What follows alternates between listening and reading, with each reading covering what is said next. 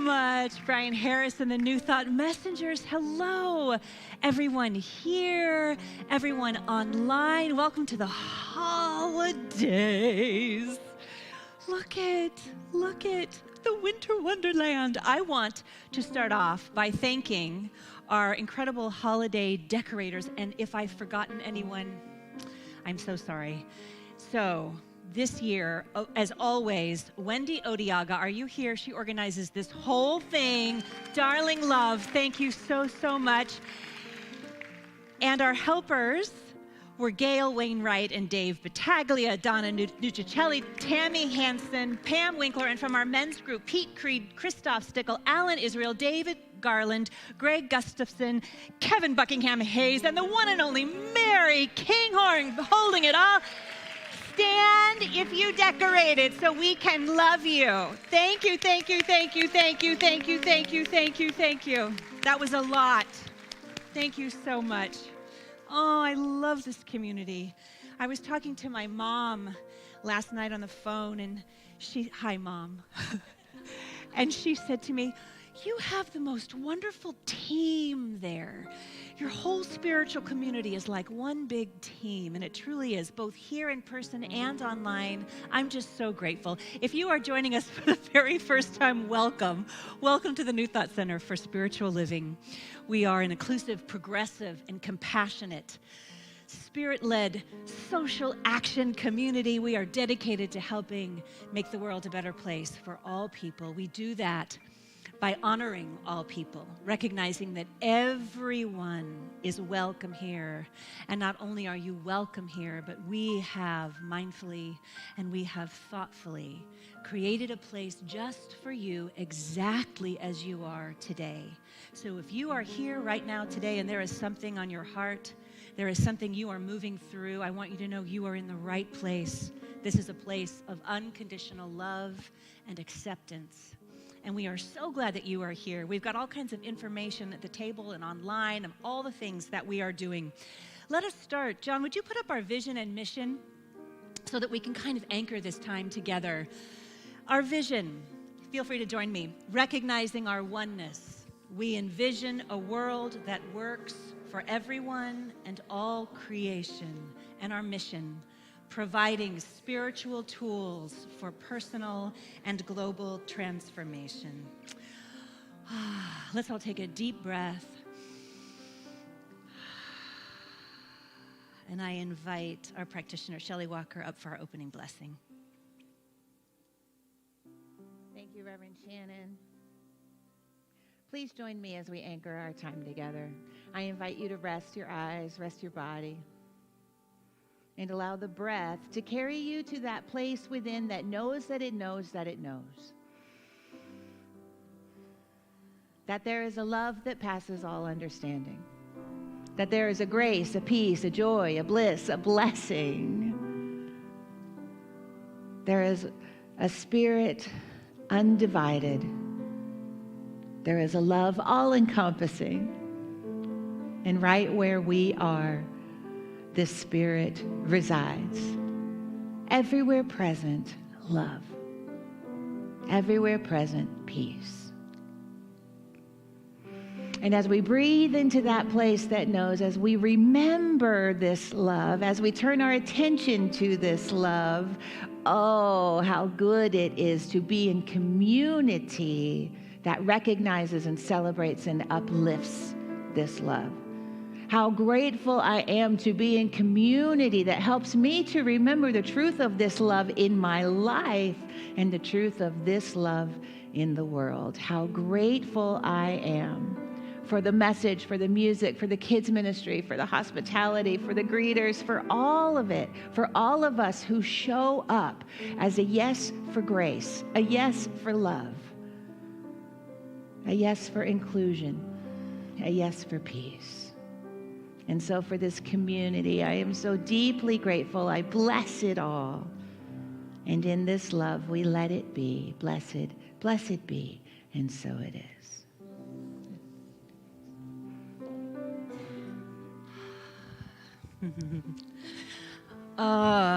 Thank you, Shelley. Can you tell we're having a bit of a different service today? I'm so excited. We'll get to that. Oh, speaking of which.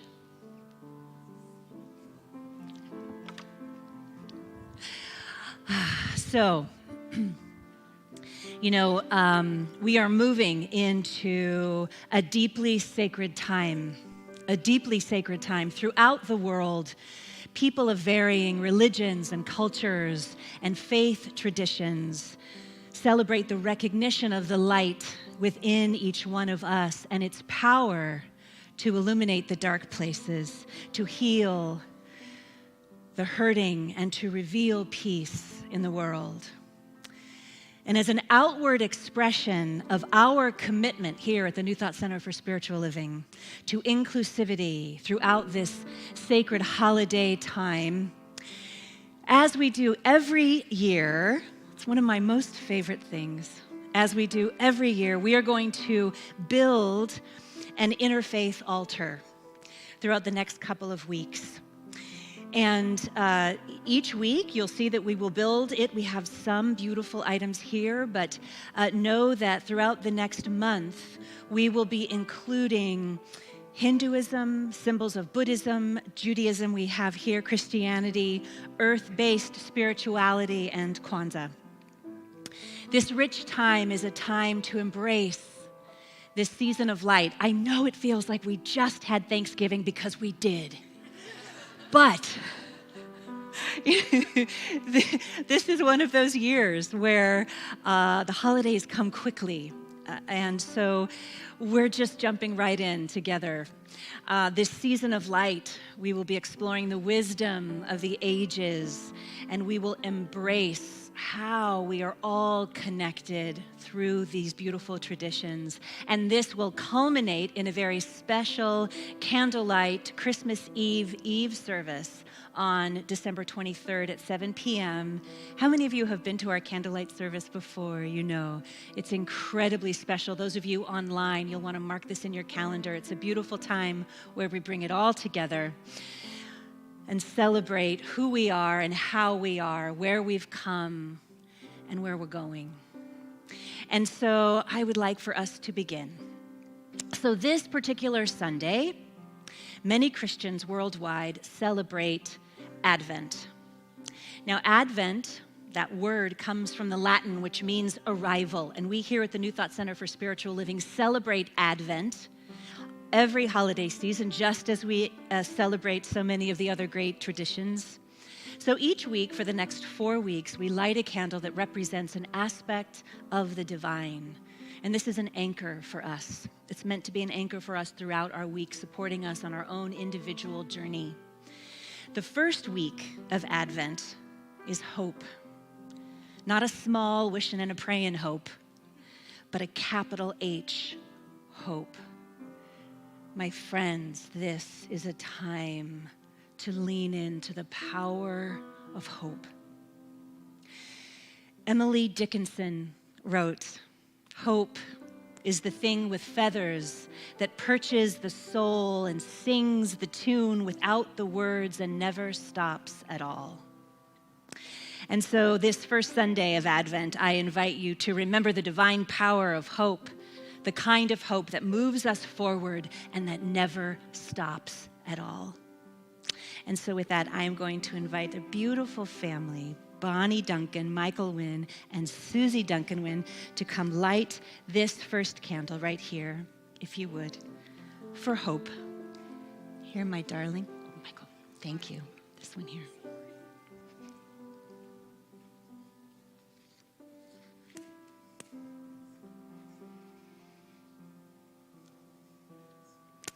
Thank you. Here, why don't you give that to me? Thank you so much. And now, Shelley.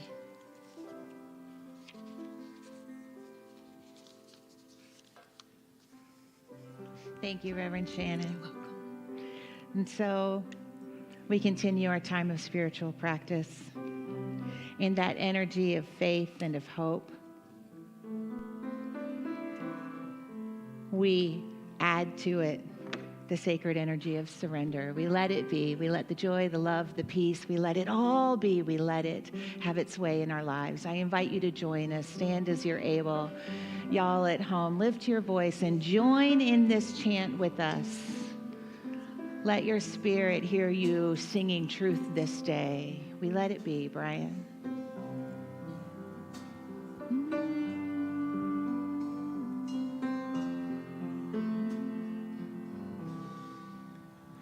We let the love wash over us. We let it be. We let the love wash over. We let it be. Let the peace wash over us. We let the peace wash over us. We let it be.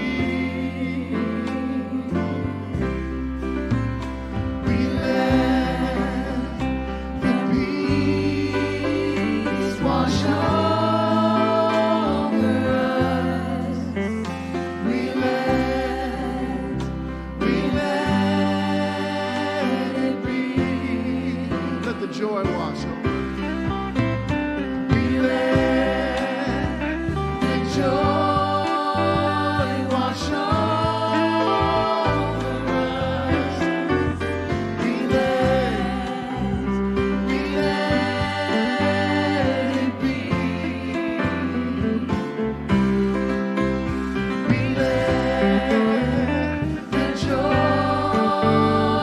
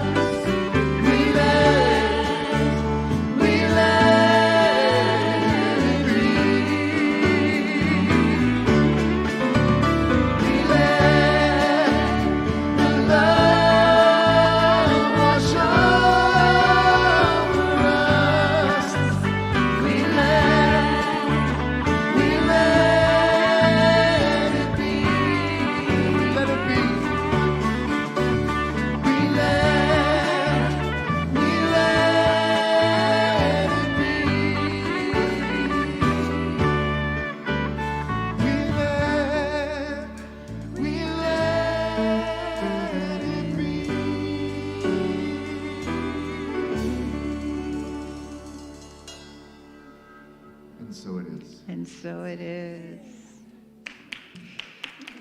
Oh, now I'm going to invite our beautiful practitioner brother, John Doobie, who is a practitioner in this community. John, if you want to come right down here in the middle, I think that would be best. He's a practitioner in our community. He's on board of trustees. He's the treasurer of our board of trustees, and he is a beloved, beloved friend. And he is here to talk to us about our pledge program today. John? Good morning. About 14 years ago, my wife Carol and I showed up here, and this community was here because its membership pledged and gave and volunteered for themselves, of course, but also that we might be welcomed into this membership, ministered to by its ministries, served by its staff and volunteers, services, classes, and programs. And we were, and we are, so ministered and so served. We've been transformed. We live a life so much more abundantly in terms of wealth, relationships, our health, and creative expression.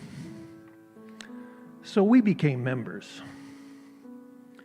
And we pledge and we give for ourselves, of course, for all of us here, and for all those others who might be welcomed here, be ministered here, and served.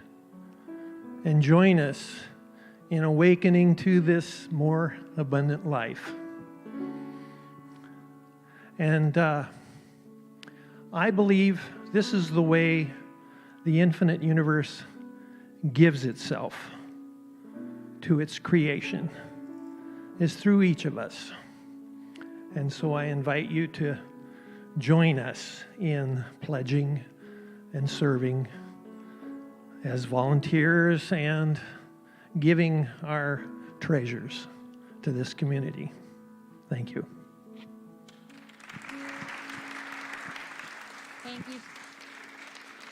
Thank you so much, John. So for those of you who are here in the room, there's a form you can fill out. I think there's some in the pews. There's some on our information table. All of the information on our pledge program is on our website, newthoughtcsl.org. So any questions that you might have, they're all answered there on our website. And please join us in this pledge program, because what it does is it gives us some predictability while we're doing our budgeting for next year. Next year's right around the corner. So the Board of Trustees thanks you, and every person that we serve through this ministry thanks you for your gift.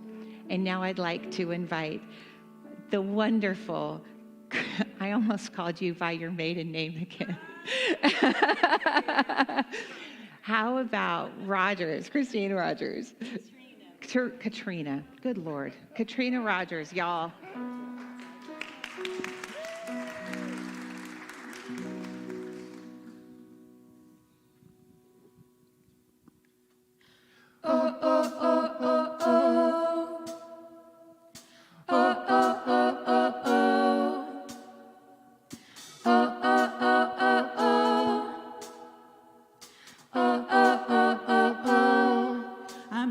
Tonight, I lost another fight. I still mess up, but I just start again. I keep falling down, I keep on hitting the ground. I always get up now to see what's next. Birds don't just fly, they fall down and get up. Nobody learns without getting it wrong. I won't give up, no, I won't give in till I reach the end, and then I'll start again. No, I won't leave, I wanna try everything, I wanna try even though I could fail. I won't give up, no, I won't give in till I reach the end, and then I'll start again. No, I won't leave, I wanna try everything, I wanna try even though I could fail. Try everything. Try everything. Try everything. Look how far you've come. You filled your heart with love. Baby, you've done enough. Take a deep breath. Don't beat yourself up, no need to run so fast. Sometimes we come in last, but we did our best. I won't give up, no, I won't give in till I reach the end, and then I'll start again. No, I won't leave, I wanna try everything, I wanna try even though I could fail. I won't give up, no, I won't give in till I reach the end, and then I'll start again. No, I won't leave, I wanna try everything, I wanna try even though I could fail. I'll keep on making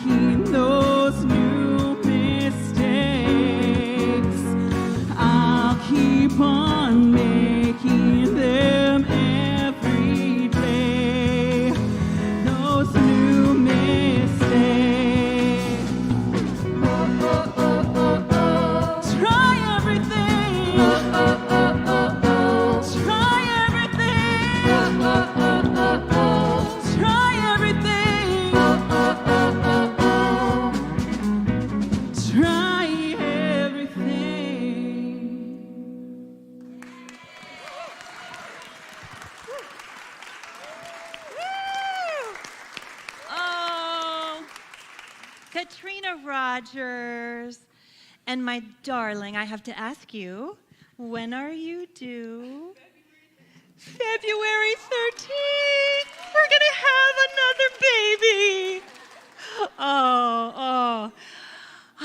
Thank you so much. Try everything. Yes.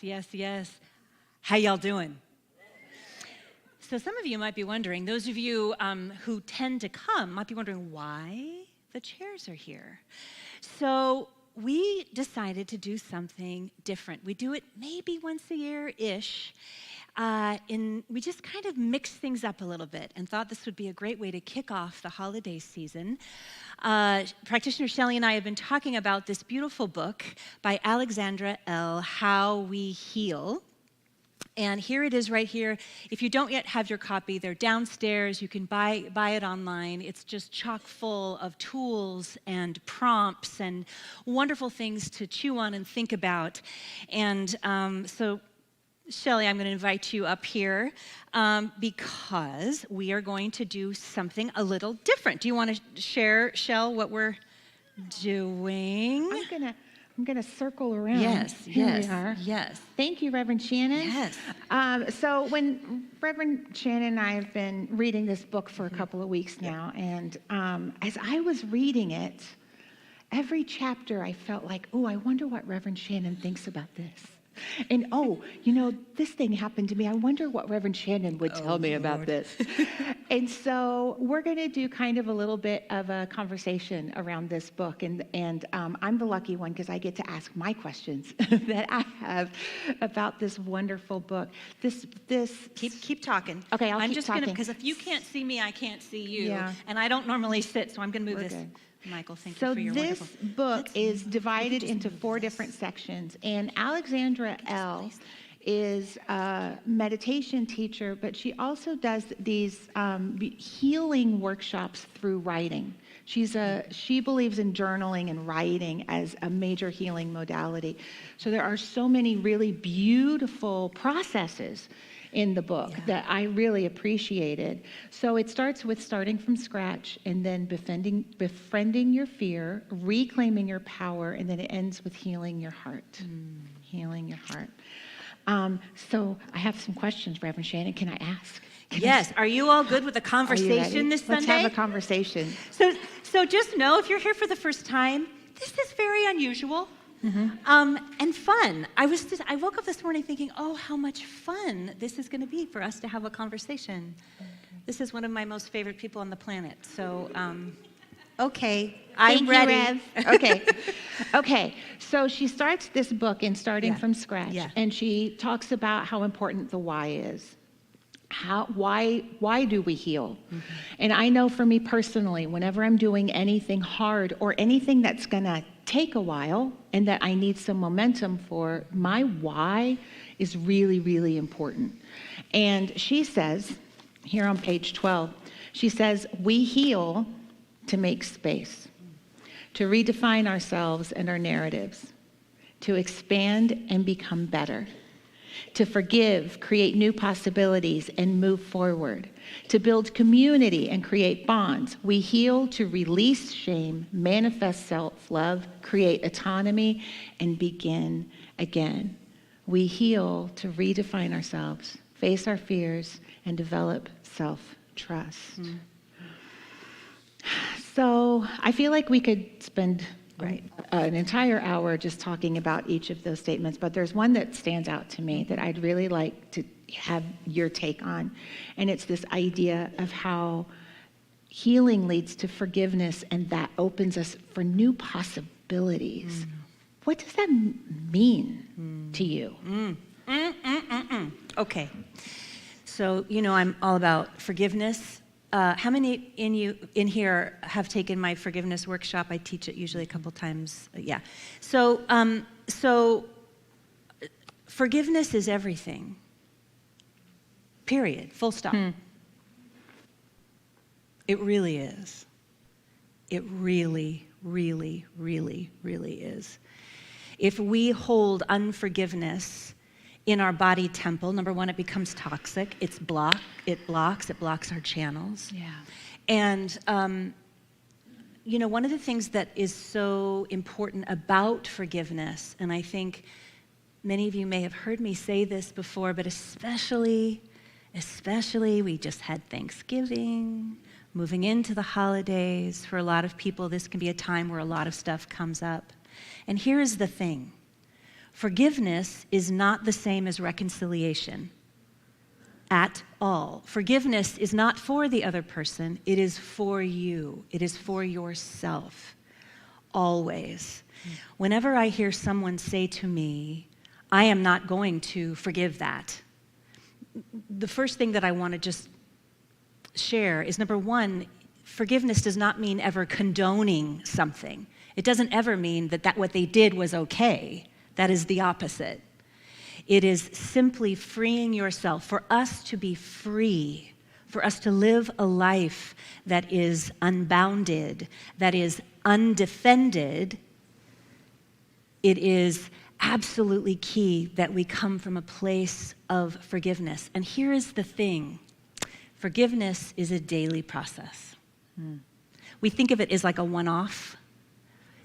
It's a daily process. We all hear the news. We hear social media stuff. We are bombarded with this all of the time. Forgiveness is an absolute daily spiritual practice. For me, when I finally made that connection, that it was like, oh, it's on the breath, in the breath, as the breath, right? Yeah. That is a total shift. That is a total shift from I'm going to forgive that thing. Alex L. talks about this in her book. Healing is continuous, right?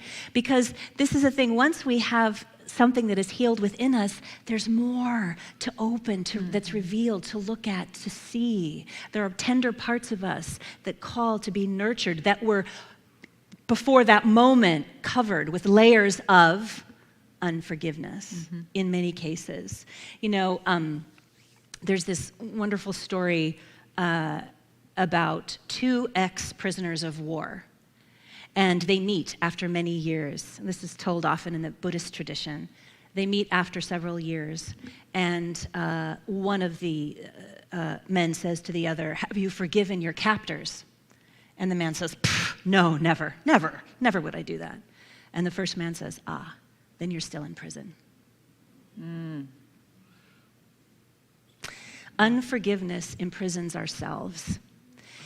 The other thing that I want to say to that, Shelley, that I think is really crucial that I have learned on my own journey, it's far more difficult to forgive ourselves than to forgive someone else. Do you feel me on that? Yes. Do you know what I'm saying? Like, we can, say things like, I'm never going to forgive that, or I'm never going to do that, but the real unforgiveness is for ourselves. And that's why also I say it's a daily practice. Golly, I was sharp in that moment. Okay, take a breath. I often put my hand on my heart. One of the things I've learned, one of the tools I've learned, is to, we speak so harshly to ourselves, don't we? I got into this spiritual practice of calling. This is going to sound so wackadoodle, but it's just us, so it's fine. Because when I work with other people, oftentimes I will say to them, sweetheart, listen to how you're speaking to yourself, sweetheart. And I mean that. I love you, sweetheart. I was like, well, why don't I call myself sweetheart? Yeah. I'm just going to try that. Why not? At first, I was like, sweetheart, oh, for God's sake. And then I was like, all right.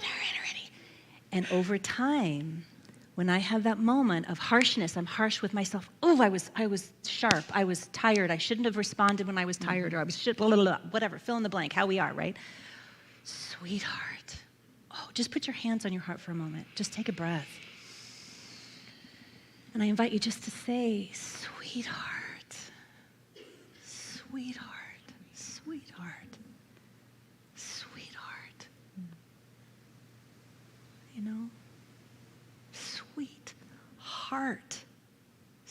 Sweetheart, it's okay. Sweetheart. In the Christian tradition, there's this beautiful saying,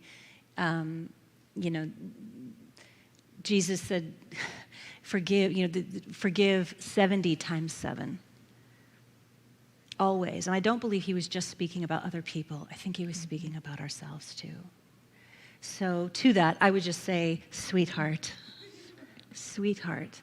forgiveness is a spiritual practice that is meant to be done daily. Yeah.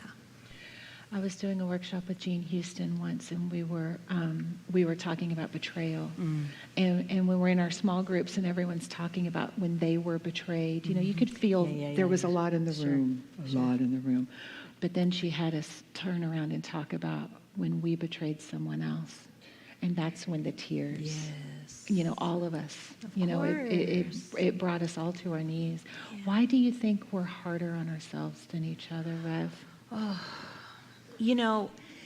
So I have so much to say about that, and we have so little time. But here's what I'll say. Here's what I'll say. Here's what I'll say. I think it's two sides of the same coin. On the one hand, we're hard on ourselves because when we were growing up, society, family of origin, friends, the comments, the pressure, depending on what your situation was, so often that inner critic, that voice, in any given moment when you're not saying sweetheart, when you're berating yourself, just stop and ask yourself, whose voice is this? And how old am I in this moment? So many of you have heard me say that. So the one hand is that we get to heal that. We get to heal that inner critic, that voice that is not ours. The other hand, I believe, is that we can be hard on ourselves because we want to do better. Yeah. We want to grow. We want to not have those kerfuffly moments. We want to live our lives in a way that is a beneficial presence, that is loving. We want to do that. And so in those moments when you find yourself being harsh, before you remember, sweetheart, I invite you to recognize that also it may be coming from a place of just wanting to grow as a human being and I know better than that, gosh darn it. It's that sort of momentary amnesia that we humans get in this world of effect. You know what I mean? And I don't think we talk enough about that in our movement. I agree. I think we have an opportunity. One of the things that I also don't think we talk enough about is the power of the apology. The power of. Have you ever heard someone say, "Oh, I never say I'm sorry," and I'm like, "What? Huh? What? Wow." Because here's the thing: if you grew up in a culture like that, that's a defended culture. That's also a family of origin or a culture that is afraid of being vulnerable. Vulnerability is actual courage. Thank you, Brene Brown, for bringing that to our awareness on the planet. For sure. But vulnerability is really courage. And so one of the things that I will say to you is that the more you step up and say, out loud if you're by yourself or with whomever, the more that you can say, oh my word, I am so sorry. Did you hear what just came out of my mouth? Like when you call it in the moment, that's also a spiritual practice. Yeah. And I know it's hard at first. I know because it was hard for me at first. And now what I've learned is that when you can go into it with a place of curiosity and softness and non-judgment, there's sort of a, what did I just do? I know better than that. Well, look at that. I'm tired, I'm hungry, I'm feeling defended, I'm feeling afraid, I'm whatever, fill in the blank. And then what ends up happening is you start, the missteps happen fewer and fewer because you stop before you speak, right? It's about making all of this, bringing it all to the surface. So much of our teaching is that. Yeah. Excavating these parts of us that are unhealed, these hurting parts of us that hurt others, Yeah. It amazes me how the longer I am here and the longer I grow, when I'm hungry, angry, lonely, tired, that's when those things happen, right? But it's all about the self-care. Yes. Rev Shannon. Yes. It's all about this, which brings me to my Yes. next question Yeah. for you. Okay. Okay. Another little lovely thing in this sweet book is there are pieces by other people and friends of hers that she does some interviews, some are just essays by other people. And one of the people who has a short essay in here is a wonderful artist who you and I both admire, named Morgan Harper Nichols. She's an artist and a writer and a musician. And in this piece, she talks about her own healing journey, especially after having been diagnosed as being on the autism spectrum. And she says this. She writes, "On my emotional healing journey, I've grown to see that I need space. That doesn't mean I'm avoiding things. It means I recognize that I can't hold all of this all the time at full capacity. I have been giving myself more permission to set things aside for a moment and get back to them when I can." Yes. So you and I are both busy moms of 4. Yes. And I have seen your ability to do this. I have seen your ability to say, I'll get back to you. Right now, I need to be here. And I've learned a lot about that from you. There's still something in me that when I have the unanswered emails and when I have people who have needs and, my childhood taught me to meet other people's needs first, and so, Rev Shannon, how do I get rid of the guilt, the mom guilt? The mom guilt is a real Anybody? thing, Faith. I'll let you know right now. Dad guilt. What? Yeah. How? Help me. Yes. Teach me. So, can I just say too, this woman has taught me so much in my life, so I just want to name that. I'm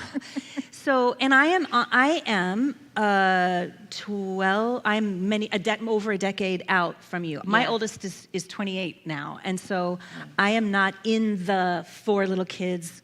I went back to grad school at 40 and with 4 little kids and all the things. Yeah. And so I really understand that. And this was a journey for me, for sure.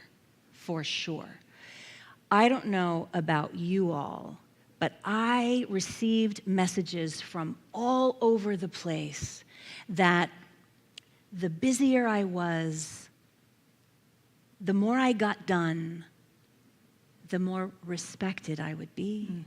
The more of a success I would be. I can bring up the bacon, fry it up in a pan. For those of you who remember that commercial,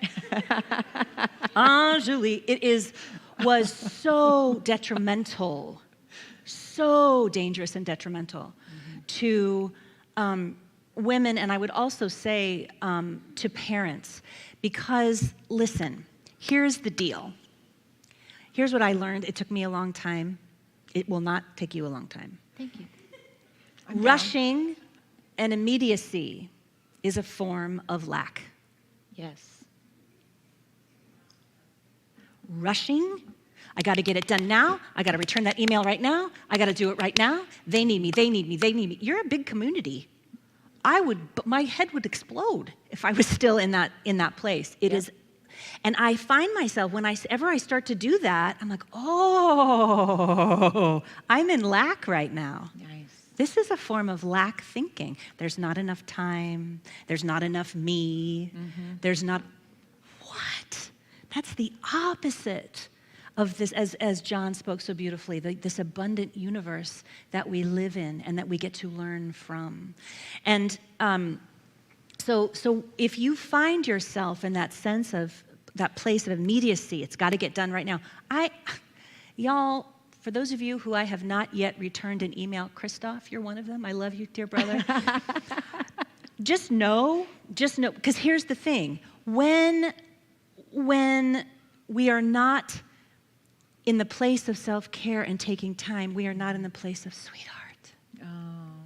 Sweetheart. And so this morning, Christoph, as I was literally writing the Advent calendar wreath thing, I went, I have to respond to that email from Christoph. Sweetheart,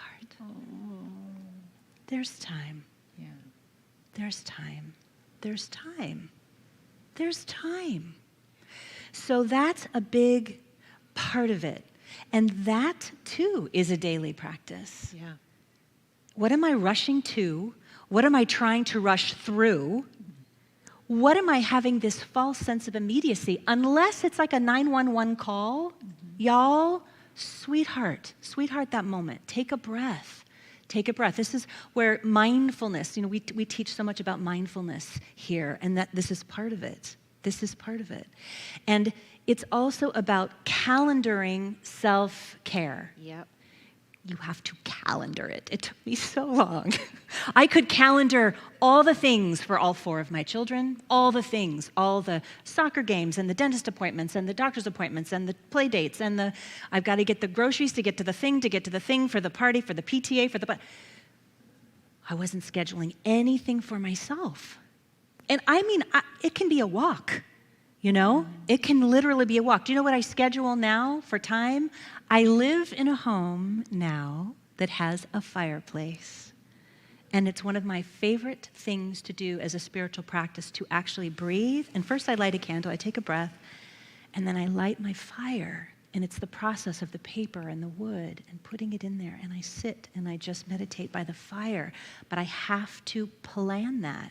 I have to make that a spiritual practice that I do. It's part of me getting into, because I'm kinesthetic in many ways, and it gets me into that place. Calendar it. Calendar it. I think that sweetheart that is my new favorite spiritual practice phrase. Sweetheart that. I'm just gonna give me a minute. I need to sweetheart that. Hold on. Moving on to the next section of the book, Reverend Shannon, in befriending your fear. Oh, yes. And this actually goes right along with what we were just talking about. On page 64, she makes an important statement. She says, we can hold ourselves accountable without punishing and hating ourselves if we did something wrong in the past or acted out of character. So my entire childhood was a really interesting dichotomy between absolute unconditional love and hellfire and brimstone, literally. Yeah. And so there's this thing, that is like deeply embedded in there that I have done so much beautiful healing work on, and it doesn't rule me anymore. But I know I can't be the only one who needs some more work with this idea between the difference between holding ourselves accountable and punishing ourselves. I'm really good at it with my children. Yeah. I'm really good at natural consequences. Sure. This is the natural consequence of your behavior. Yes. I'm more likely to punish myself. Help. Yes. Help me, Rev. Can anybody relate? Can anybody relate? And by punishing, that can just be being hard on ourselves. Yeah. Again, it's that whole thing. And this book is full of beautiful tools to navigate that. Yes, it is. I think one of the things that shifted that for me was something I heard many, many years ago. My gosh, I don't even think I was in prac training at that time. So we're going back a long time. And again, I had a fierce inner critic. Like a fierce inner critic, to the point where at times it would just be debilitating. And I remember I was sitting in a service, or I must have been in a class, something, and one of my mentors was on the platform, the pulpit, and he was speaking, and he said, if you have a voice within you that is harsh, whether you know it or not, whether you say it out loud or it's energetic, you will be harsh with others. My God. I think that was a turning point for me. Yeah. Because I thought to myself, that was the motivation I needed. Do you know what I mean? I was like, oh my God. Because if I'm, it's that whole thing,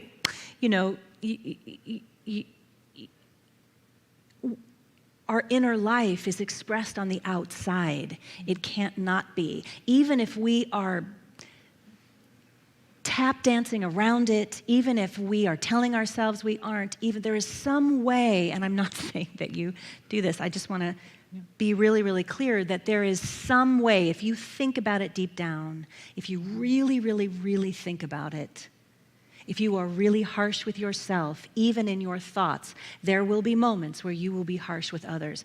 I did not become a truly what I would consider unconditionally loving person until I was able to unconditionally love myself. And that was a huge journey. That was a huge journey. And it's literally one of the things why I kept wanting to be in this teaching. I just kept taking class after class after class, and then prac training, and then becoming a minister. Because that was it. I know that I'm here to love. I know that I'm here to love others. I know that's not the mission of all people. But I know with everything that I am, that until I am truly loving with myself, I won't be able to be the safest place to land for another human being in my mind. Yeah. I might say all the right things, but I won't necessarily think them. I had a beautiful, beautiful, beautiful human being a while back. We were having this really courageous conversation, and this person said to me something to the effect of, I don't buy it. I can't. I don't believe that you could be this kind or loving or whatever it might be. And there was a part of me that was like, I get that. I really get that. And yes, I get mad. Of course I get mad. Of course I get angry. I'm a human being. But there is a shift that happened over the last 25 years of my life in this teaching, in this work. And it stemmed from learning, sweetheart, it's okay. What you're saying to yourself right now is a lie. It's not true. That's punishing. No, there's no place for that. There's no punishment in God. And if you grew up in an Abrahamic tradition, if you grew up in a faith tradition where there was a punishing God, it was a very subliminal, sometimes spoken out loud and sometimes not thing that many of us are here and healing from. Yeah.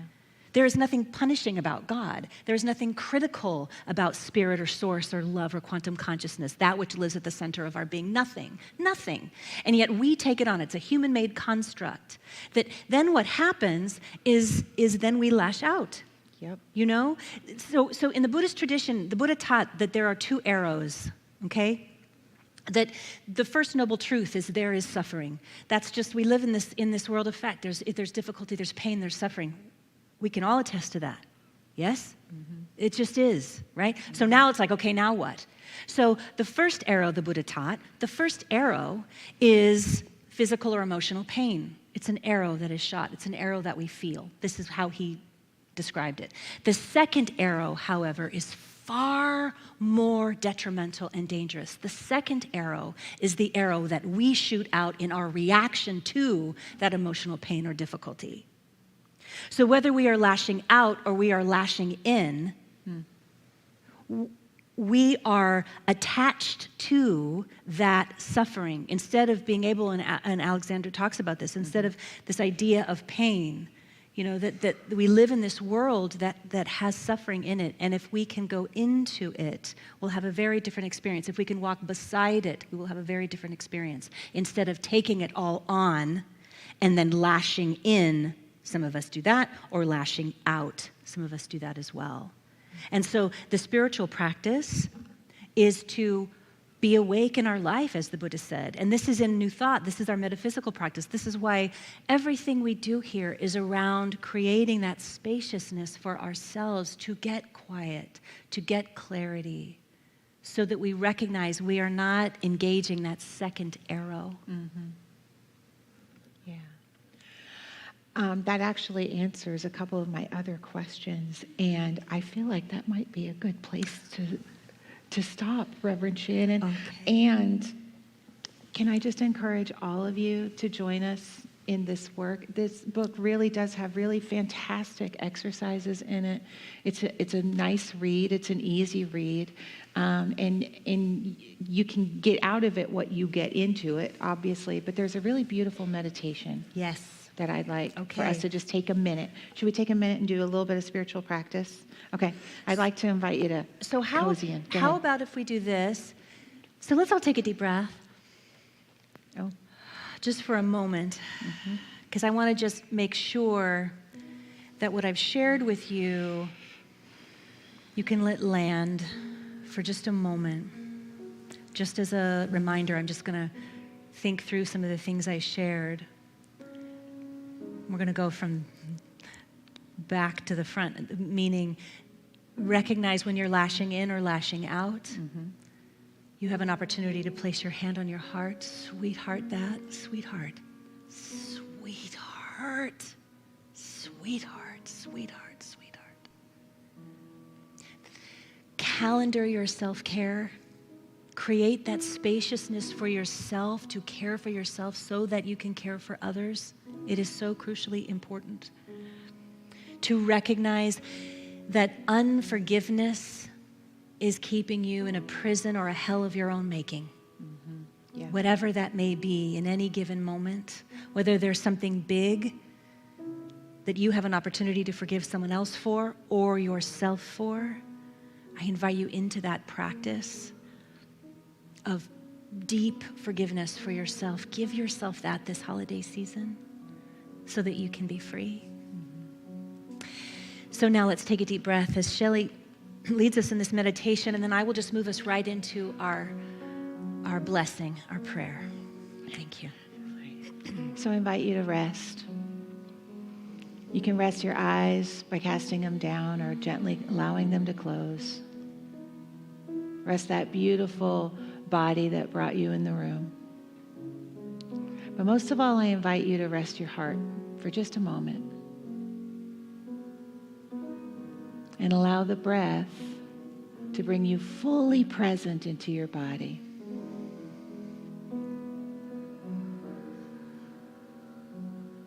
This meditation is called I Am Making Space.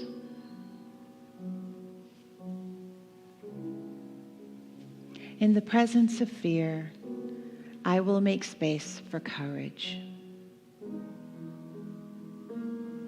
In the presence of doubt, I will make space for belief.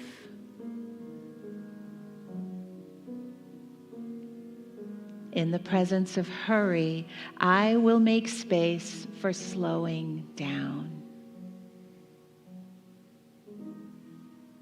Remembering to breathe.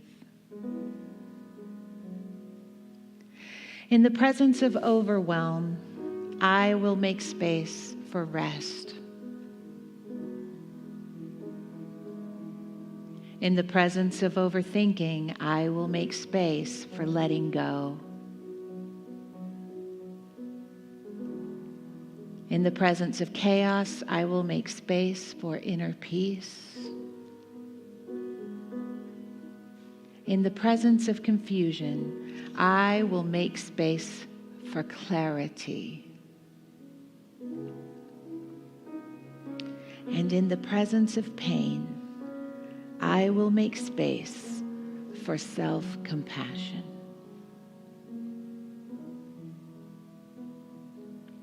And allowing the breath to anchor in all of this space in your body, in your experience, in your consciousness,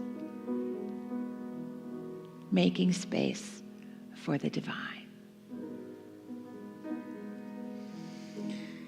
And so taking in another deep breath, staying in this place of the divine, this place at the center of our being, recognizing this one presence, this one divine love that is everywhere present, in, through, and as all things, called by so many names. How good it is to know that this love that is God, that is Spirit, that is Source, that is everywhere present, lives and breathes at the center of our being, just as it lives and breathes in the air around us, in the trees and the rain and the oceans.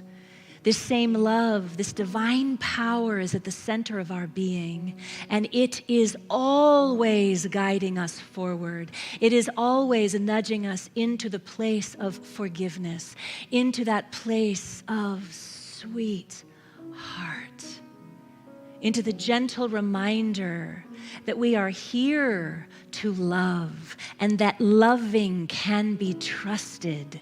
The love and the light at the center of our being can be trusted, and the love and the light at the center of each being can be trusted. And in this, there is peace, and there is harmony, and there is an alignment that happens. And so I affirm for each one of us as we move through this week an opportunity to, on the breath, forgive, to on the breath let it go, to on the breath allow benefit of the doubt, to on the breath recognize that the same love that lives within each one of us lives in them, lives in all of us, and therefore each one of us is here to express this love, this light, and this grace. And we get to participate in that, not only for ourselves, but for each other. What a blessing it is to have the spaciousness to take time to build the fire, to go on the walk, to breathe, to meditate, to journal, to just stop for a moment, put our hands on our heart, take a breath, and say, sweetheart, all is well, because all is love right here. It's love expressing, and we have an opportunity to lean into it in an even greater way. And so from this place of love and groundedness, I invite each one of us to bring into our mind's eye our friends and our family, surrounding them with the same love, recognizing this love at the center of them and all around them, and how good it is to know that this is the most highest truth of each one of us. That this love, the outermost God and the innermost God, is one loving God. Recognizing this love, I bless everyone that gathers this day and all week in churches and mosques and ashrams and synagogues and temples and planning meetings and prayer vigils, around tables for Sabbath, for lighting their own Advent wreath, recognizing the love that is here in this one human family, and acknowledging the splendid, magnificent difference, the unique manifestation of the divine that we all are. Every one of us across this planet. What a blessing it is to be here together in this time and this place in the name of love itself. I am so filled with gratitude and thanksgiving for this. I rest in this knowing. I allow it to be. And so it is. Blessed be. Blessed be. Amen. Blessed be. Blessed be. Oh. Thank you so much. Thank you all. Thank you. Reverend Shannon, thank you for indulging me. Thank you for indulging my questions. Thank you all. Wasn't that fun? It's a wonderful conversation. Thank you, Reverend Shannon. All right, this is our time for conscious giving, y'all. I'd like to invite the greeters to come forward. I want you to know that when you contribute to this community, you're contributing to all of the things, and it's not just the building, although it is the building. It's not just the people, although it is the people. It's not just the online program, although it is that. It is all of those things and so much more, because when you contribute to this ministry, you're contributing to something that elevates learning, that elevates light, that elevates love. And so for this, I'm so grateful. Thank you for joining me and contributing today. There are many different ways you can give. They're all on our website, newthoughtscsl.org, or you can text your gift to 503-966-3236. But let's speak a word of blessing on these gifts. From the love of pure spirit within me, I bless this gift. I send it forth to heal and bless and prosper. It does good work in the world and returns to me multiplied abundantly. And so it is. Thank you so much. Katrina Rogers.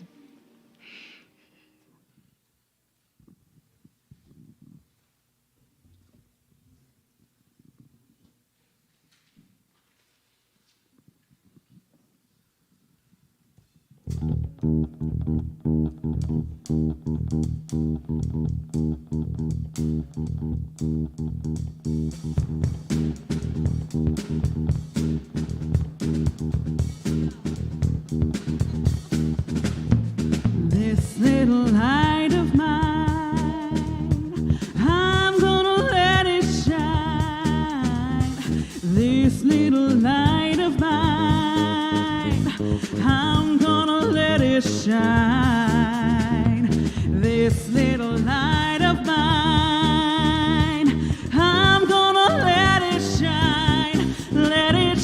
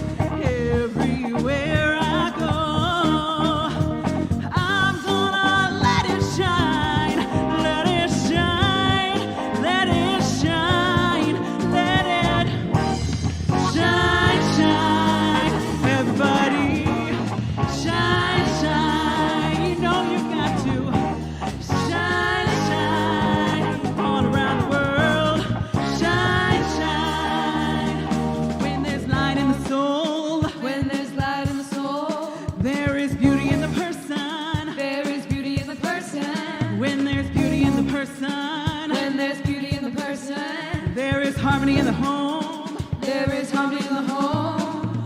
When there's harmony in the home, When there's harmony in the home. there is honor in the nation. Honor in the nation. When there's honor in the nation, When there's honor in the nation. there's peace in the world.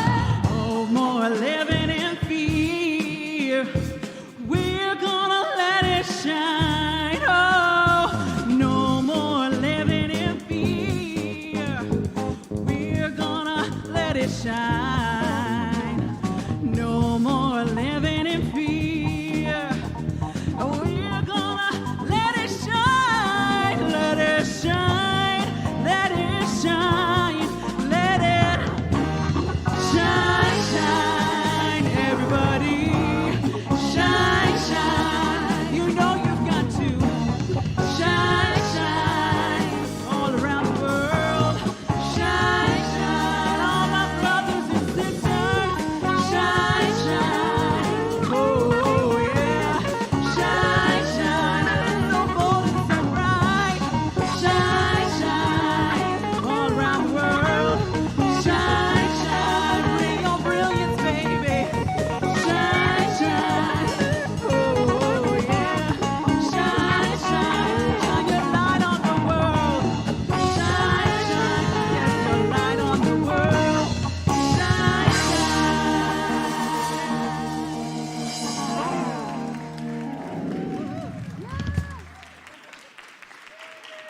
Katrina Elliott, New Thought Messengers, y'all are phenomenal. Thank you so much. I have a few important holiday-related announcements that you're going to want to hear. So if you want to have a seat for just a moment.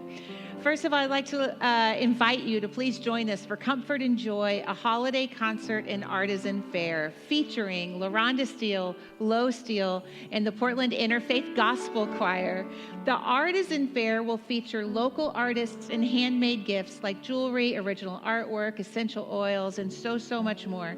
The bookstore will be open. The beautiful, beautiful bookstore will be open, and holiday refreshments will be served. So all of this is happening on Friday, December 9th. The doors will open at 6 for the fair and the concerts at 7. $20 for general admission. Tickets are now on sale online and downstairs in the fellowship hall. Those of you who watch us from around the world, you can purchase your tickets online as well at a discounted rate to join us for the live stream. It's going to be a festive evening of great music and beautiful holiday gifts, a wonderful way to celebrate the holiday season. So mark your calendars for that, Friday, December 9th. Our 2023 giving campaign that John Doobie and I spoke about earlier, the joy of community, continues. We ask that you prayerfully consider the value that you receive from New Thought Center for Spiritual Living, and then provide us with your commitment, your contribution pledge for 2023. Why make a pledge? It's from your conscious giving pledge that allows us to plan our budget for next year. Y'all, no amount is too small. It takes all of us to make a difference. Our giving tree is now up in the foyer, and it's filled with tags. Y'all, this is our 14th year, and this year we are supporting 14 families. That is amazing. And we're also supporting our own Caring Corner food pantry. So please, I invite you to take a tag off the tree for either a gift for a child or money to help provide dinners for each of the families, or a financial donation for our Caring Corner. Wrapped gifts must be returned to the center by Sunday, December 11th. And let's not forget our pets. Look for Snoopy in the foyer and the bin, because we are collecting pet food again this year for the Clackamas County Animal Shelter. Thank you so much for that. Thank you. So remember our pets. And finally, y'all, Christmas comes early this year, so save the date for our special holiday New Thought candlelight service, Friday, December 23rd at 7 p.m. Pacific, featuring the NTCSL Choir, LaRonda Steele, Darcy Bradley, and Katrina Rogers. We have all the greats.